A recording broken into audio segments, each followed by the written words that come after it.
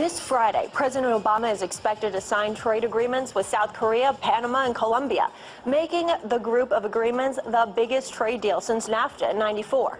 Now, the U.S. Department of Commerce website says that free trade agreements have proved to be one of the best ways to open foreign markets to U.S. exporters. But 17 years later, NAFTA is as controversial as ever. The presidential election is still 15 months away.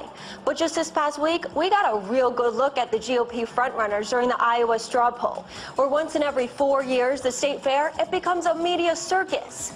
We have all heard it before, the question of Pakistan's commitment to aiding the U.S. in its war on terror, and the stories that Pakistan has been playing both sides. Well, Mike Mullen, chairman of the U.S. Joint Chiefs of Staff, had stirred that pot once again. Last week, protesters at Occupy Oakland called for a general strike, shutting down the port of Oakland, the nation's 5th largest port. Now, Occupy Oakland stated that they were marching on the port to stand in solidarity with longshore workers. A lot of our viewers who wrote in seem to feel that the violence in Oakland is a turning point for the Occupy movement. And with the lessons learned by this incident, let's hope that all sides can find a way to turn in the right direction, because we all know there is no turning back.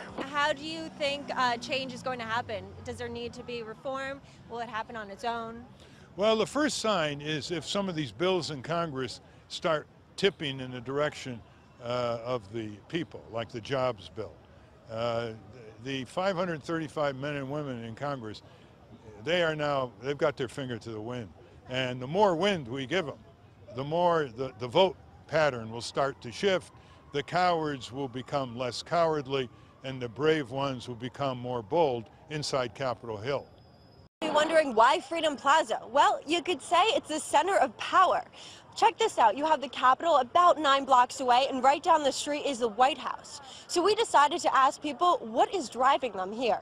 I'm saying that the student loan crisis is as big a deal as the mortgage crisis and the financial crisis. I don't believe that capitalism is the major problem. It's greed. What affects you personally? I want to see an end to the wars and the occupation in Afghanistan, Iraq, and then stop the drone bombing of Pakistan, Somalia, Libya, and Yemen. Do you think Obama's to blame for this? I don't know if he's to blame, but you know, certainly private interests have been fighting him more mercilessly than I've ever seen them fight any president. But he hasn't done enough to fight back.